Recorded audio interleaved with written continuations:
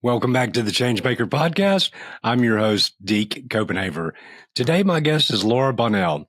Laura is a seasoned journalist with 25 years of experience in Detroit, founded the Bonnell Foundation in 2010 after her daughters, Molly and Emily, were born with cystic fibrosis. Despite having 10 siblings between them, Laura and her husband, Joe, had no idea they were carriers of the disease, as no one else in either family had been diagnosed with CF. Driven by her personal experience and professional expertise, Laura used her platform as a reporter to raise awareness about CF. Before establishing the Bonnell Foundation, she actively raised funds for the Cystic Fibrosis Foundation, participating in the Great Strides Walk fundraisers and speaking at CFF events. Bonnell also organized events like the first celebrity softball game with the Detroit Tigers' wives and launching the Portraits of Cystic Fibrosis calendars in 2003, both of which are integral to the Bonnell Foundation's fundraising efforts today. Through her foundation, Laura continues to advocate tirelessly for those affected by CF, leveraging her journalistic skills to amplify the cause and support the CF community. Ladies and gentlemen, welcome to my guest, Laura Bonnell. Welcome to the Changemaker Podcast, hosted by Deke Copenhaver. Deke is the author of The Changemaker, a Forbes publishing book that has reached #1 on Amazon on multiple occasions and in multiple categories like management skills and total quality management. During this podcast, Deke interviews exceptional change-making leaders. Deke currently operates Copenhaver Consulting, where he helps local governments and other public organizations maximize their potential. He's also a sought-after public speaker. We hope that the Changemaker has an impact on you today and that you find takeaways that make you a better leader in your life. Now, here's Deke. Laura, so glad to have you. Thanks so much. I'm glad to be here. Thanks for having me. So how are things in Detroit these days? Things are good. I mean, it continues to grow here and change. It's very cool, I guess is the best word I can say about it. That is awesome. Well, so you're a seasoned journalist. So tell us about how were you active in journalism? And was that was your career before you got started in this? Yeah, it was my career for about 25 years. I was in radio and TV at all news radio station and at a talk radio station and in TV here as well. I mean, it's a great market for news. There's something, happening all the time. So, journalism gave me the voice, and then I could transition and talk about cystic fibrosis, already kind of having that path set. Well, I've often said that it's not, to my mind, it's not our strengths that join us together as people. It's our weaknesses and our vulnerability. And I can only imagine, when you learned of these diagnoses, that had to be, you had to, at first, initially, did you kind of feel powerless? I don't think I ever felt powerless. I felt like, all right, we're going to be sad today. Diagnosis day is sad. We're going to cry today because my husband and I were sitting on the porch after we got the diagnosis that we initiated, not the doctors. And we sat there and we just said, well, she's going to live a great life. That's the only option. So, so that was kind of how we initially handled it, and that we had to figure out what cystic fibrosis was. So for our listeners and viewers, really explain because I've heard cystic fibrosis a lot, but there are so many things that I don't know. So describe for us what cystic fibrosis is. Sure. It's a genetic disease. It causes chronic and fatal lung infections, and it interferes with every organ. So you can get CF-related diabetes. You can get colon cancer. You have a higher percentage of colon cancer. It really impacts everything. Your liver may have more stress on it. Your life expectancy, when my daughters were born, their life expectancy was 19 years old, and now they're 27 and 29. So that's wonderful. Today, someone born today, their life expectancy is 56 years old. I mean, I still don't think that's long enough, but it's better. There are a lot more medications out. There's a new medication called Trikafta. It's 3 drugs combined that correct the underlying condition of cystic fibrosis. It's not a cure. People are still getting sick and dying, and about 90% of the population can take this drug.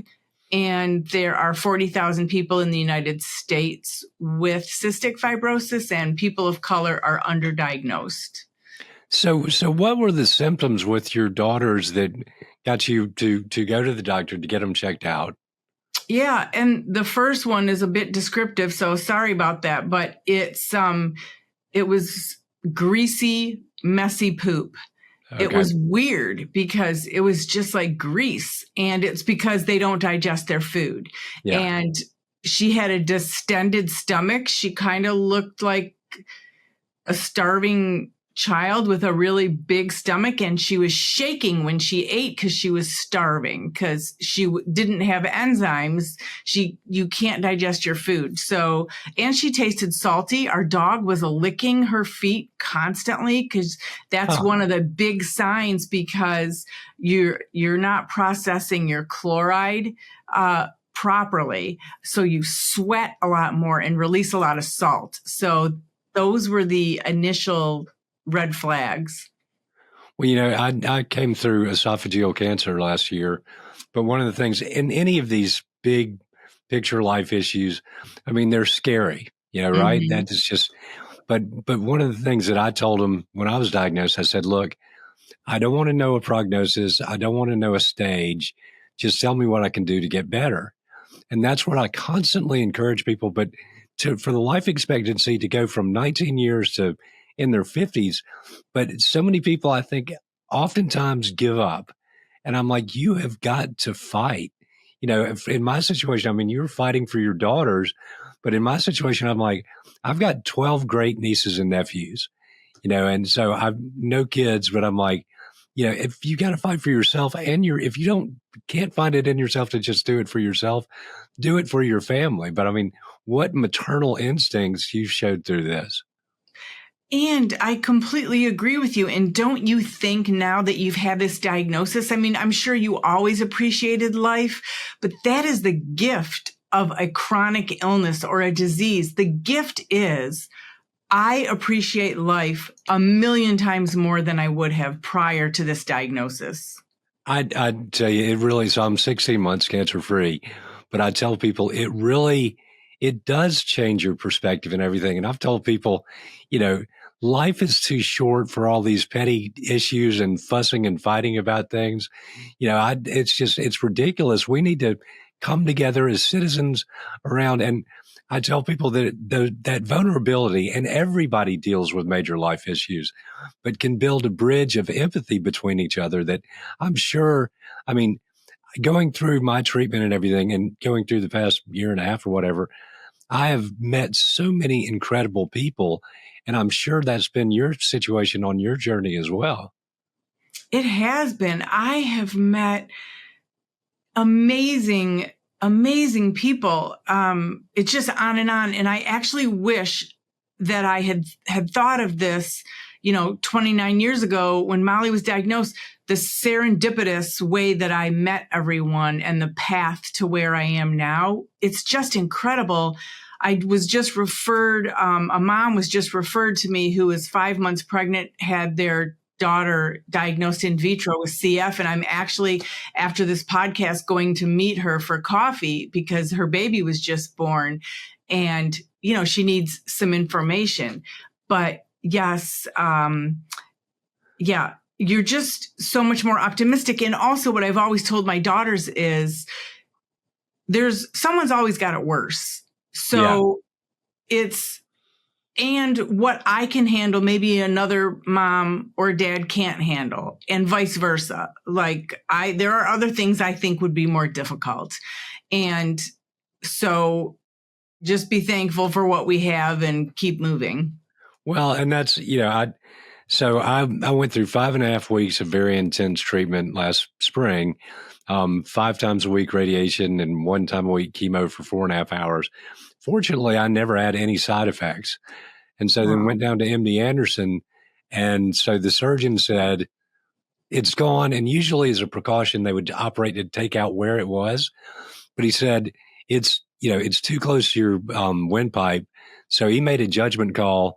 And for anybody, I do not recommend getting cancer, but if you do, I recommend going to MD Anderson because all the doctors and nurses, everybody there is on salary.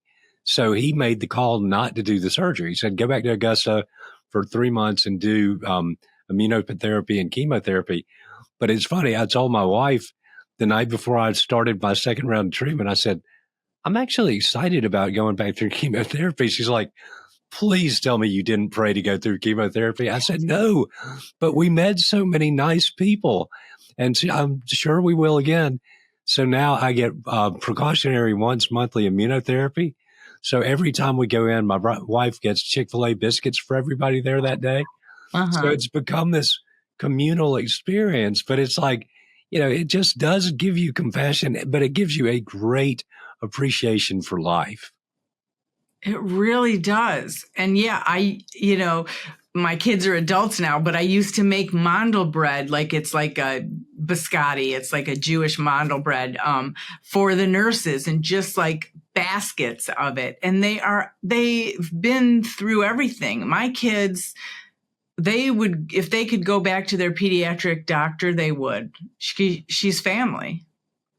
Yeah. Well, one of the things in going through my treatment, I'm like, I'm going to try to put a smile on the face of all the doctors and all the nurses because God love them. I mean, just having empathy, imagining what they might see in a day. But I always think humor is a good way to do that. Mm-hmm. So when I was getting my endoscopy to check and see if it was cancerous, the nurse came back in and she goes, okay, we're ready for your colonoscopy. And I'm like, no. I'm like, stay far away from that end. I'm like, and so she was so embarrassed, but then we had a great laugh over it and laughed about it with the doctors. And I'm like, but just knowing the care that these folks give, it is amazing. And it's really, I think for most doctors, nurses, people in the medical profession, it is truly a calling. It is. And I always like to ask them how their children are or their spouses, because I also say to them, do you have a life? Because they are so committed to the CF, cystic fibrosis families at all times. I feel like, when do you see your own family? Because we seem to see them all the time and they're accessible constantly. Well, tell us a little bit about the foundation and exactly what you do through that. I know obviously you raise money for CF, but how do you distribute those funds? Sure. So the Bonnell Foundation, Living with Cystic Fibrosis, helps families in Michigan and across the country, and we give financial assistance. Anybody, all they have to do is provide a letter from their social worker that they do indeed have cystic fibrosis, and then, if they need a copay paid for, or they've have a durable medical device that they need, a nebulizer or a vest, or we will help pay for that. So they just have to apply and we get them an answer usually within 2 weeks.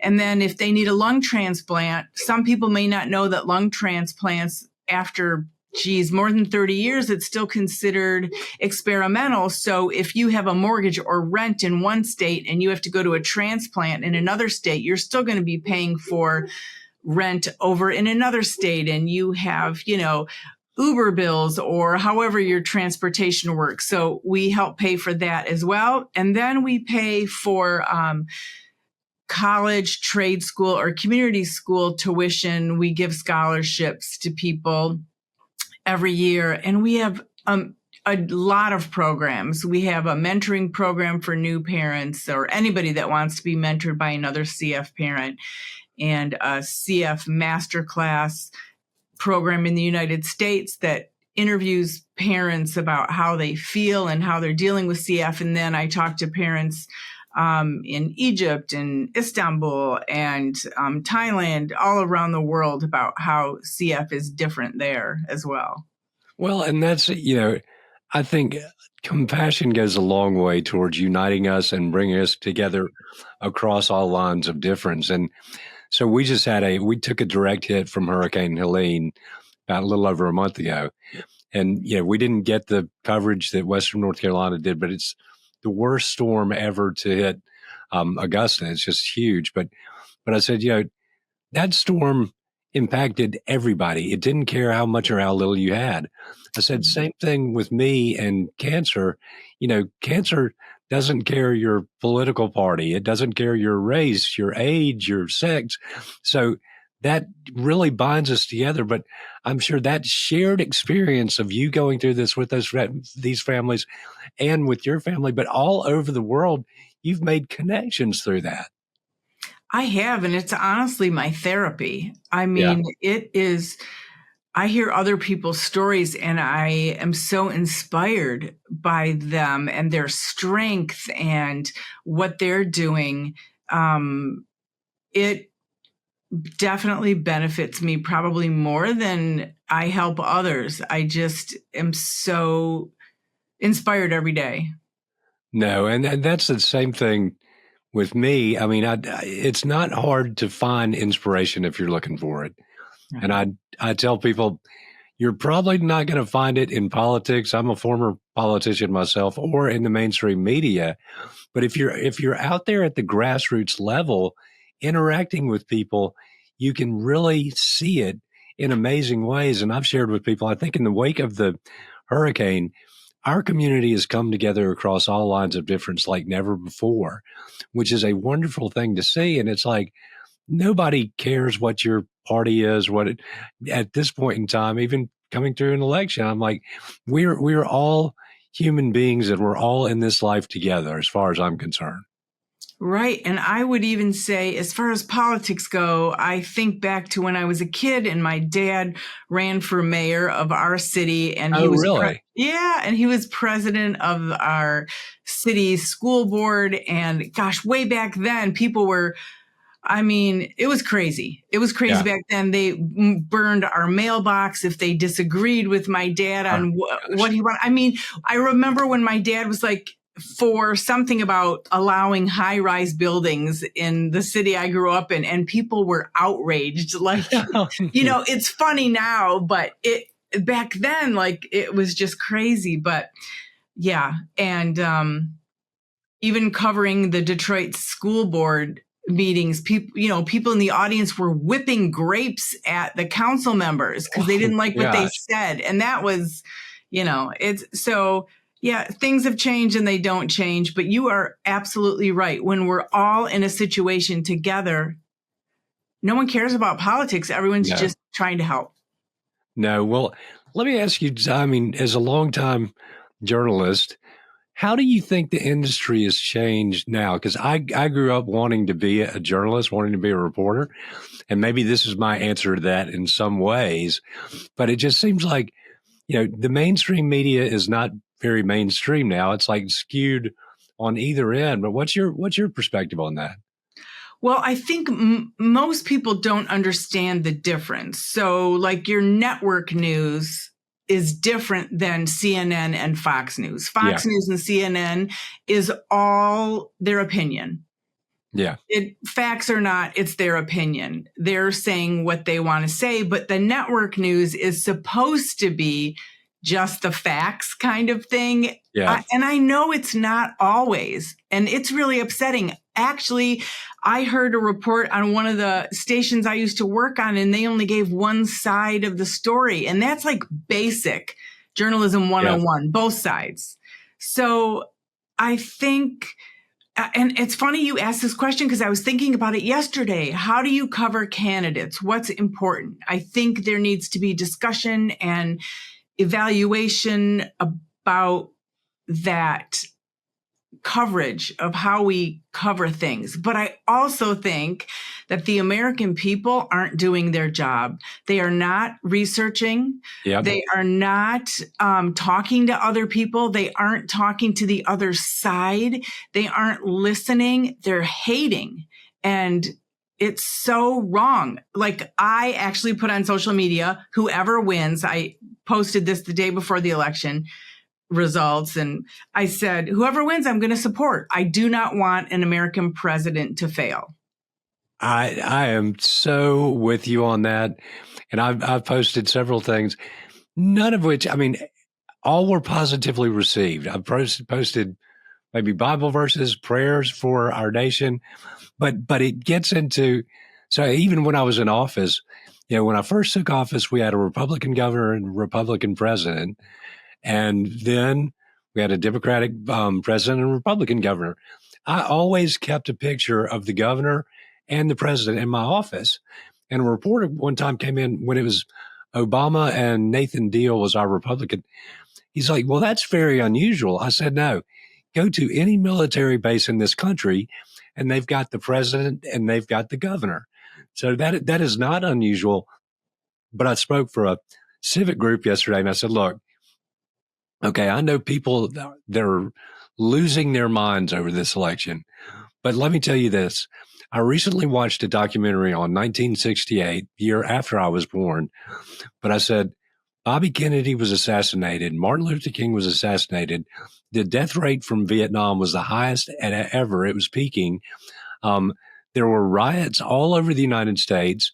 Lyndon Johnson announced that he was going to not run for president without telling anybody, and Nixon got elected.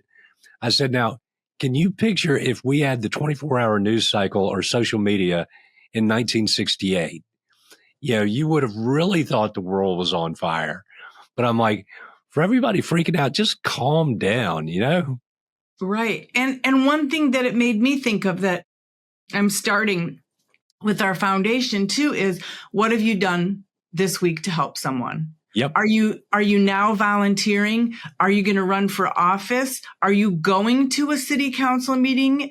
What are you doing? Because it's easy to complain. And I can't remember who said it, but somebody said it's easy to complain when you're in a stadium and you're sitting in the seats. But if you want to be in the game, it changes everything, right? Uh-oh. I wish I could remember who said that, but I think I'm completely engaged with healthcare because it impacts, and I'm worried about the future of healthcare for people with chronic and rare diseases, really worried about it. But you got to be in the game. No, I totally agree. And I was having a conversation. I'm sort of in the middle on the hurricane recovery stuff, and hopefully I'll be brought on in an official capacity, but I've got strong bonds to, the faith-based community, the nonprofit community, the philanthropic community, the business community. But I've already seen where there are people that aren't really on the streets in the game. And I was talking to a friend of mine that's part of the philanthropic community, but he said, these folks just want us to do everything. I said, unfortunately, and I'm sure it's not just the case in Augusta, I said, you've got a lot of people that want all of the authority with no accountability, and you've got people that want to reap the rewards without taking the risk. And it just does not work that way. And I'm like, you can bark orders or whatever, but until you show me that you've gotten your hands dirty, you're barking up the wrong tree. Yeah, I agree. But that's, and here, that's exactly what you did when you were faced with this issue with your daughters, is you got in the middle of it. And that's the only way anything is ever going to change. It's like when I first ran, somebody said, well, why would you want to get involved in all that? I said, because if nobody tries to change it, it's never going to change. And at that point, I am so glad to hear about how Detroit is coming back as a city. Because I ran in 2005, but I said, look, we're losing our tax base and we're losing population. And if those two trends are allowed to continue, it's not going to be good. Detroit being an example that went through that trend. But I said, but if I know that and I don't try to do something about it, that's on me too. Right. And I think a couple things. I mean, Detroit's making a comeback. They still have a long way to go. My daughter left both daughters left Michigan. And just a minor example is you couldn't even get Uber or rides home after midnight because they wouldn't, go into Detroit. So there's still a long way to go. But the other thing is people can do, if you can't run for office or you don't want to run for office, you can simply write a letter to a congressperson. Like, that's enough. That is something. You can, if you're in the midst of, a crazy time in your life, there are one phone call. Like, it doesn't have to be some huge grand gesture. You don't have to, be the mayor of Augusta or your city. You don't have to do something that big. You just need to be engaged or reach out to a nonprofit that is, deals with the concern you have and say, hey, can I make any phone calls for you today? Well, and it's funny you should say that, because I know I'm like, okay, just for our viewers or our listeners, sitting around commenting on Facebook is not, I'm sorry, that's not really doing something to help the problem. That's not being active in my book. Being active is being out there on the street, and working together, but just modeling the behavior you want to see. I mean, if we all just did a little bit more, and yes. I believe we will, but that's, so we've got a big event coming up in a week to honor all our Hellene heroes on the Augusta Commons and Open Air Park downtown. And I keep telling people, I'm like, okay, I can say we've come together as a community because we have, and I've seen it. But I think visually, and I think it's a powerful visual to see people from all walks of life coming together to honor, to support each other and to honor these heroes at the same time. And I'm like, it's an even more powerful message in the wake of this hurricane and in the wake of a divisive election. And I told the group yesterday, I said, because this is what we do in Augusta. We come together. Mm-hmm. And don't you feel better? I mean, you feel like the camaraderie and you feel like, oh my gosh, I've done something. And like I said, it makes us feel so much better. We've done something. We're showing that we care for each other, and it's so rewarding. Well, I tell people, the only power that any good leader should concern themselves with is the power to inspire. I'm like, because no one person can do anything alone, but if you can inspire people and get them to work with you, there's nothing that you can't accomplish. So I'm sure, as you said, and it's a two-way street, because I'm sure you've inspired so many people with your story, but you're being inspired at the same time. It's just, it's an energy loop to me.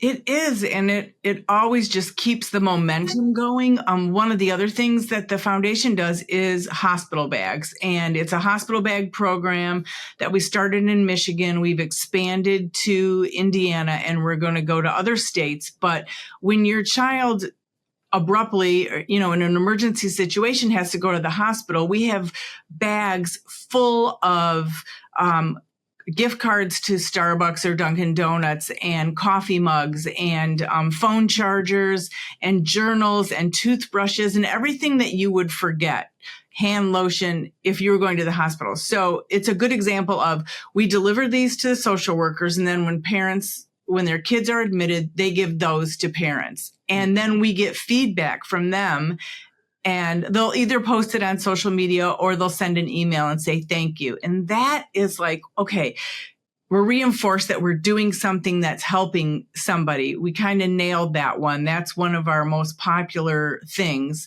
that parents are like, I forgot my charger. It was such a relief. Like, it's something so small. Yeah. It's just wonderful. And so that's what I'm, and you get takeaways, but that's one of the things at MD Anderson. So we're home to the Georgia Cancer Center, but the little things, they've got phone chargers in all the waiting rooms. And I'm like, that it seems like a little thing, but when you're sitting around for hours and hours and hours, so I've suggested that they do that here too, but it is just those little itty bitty things that make a huge difference. It's so important. So we're always trying to get feedback from CF parents too, to hear from what other things we could do. And one of them was that mentoring program. Parents really need to hear from others on, should we put them in school? Should we send them to private school? Like, everybody's afraid of germs. And, so there's a lot of conversation.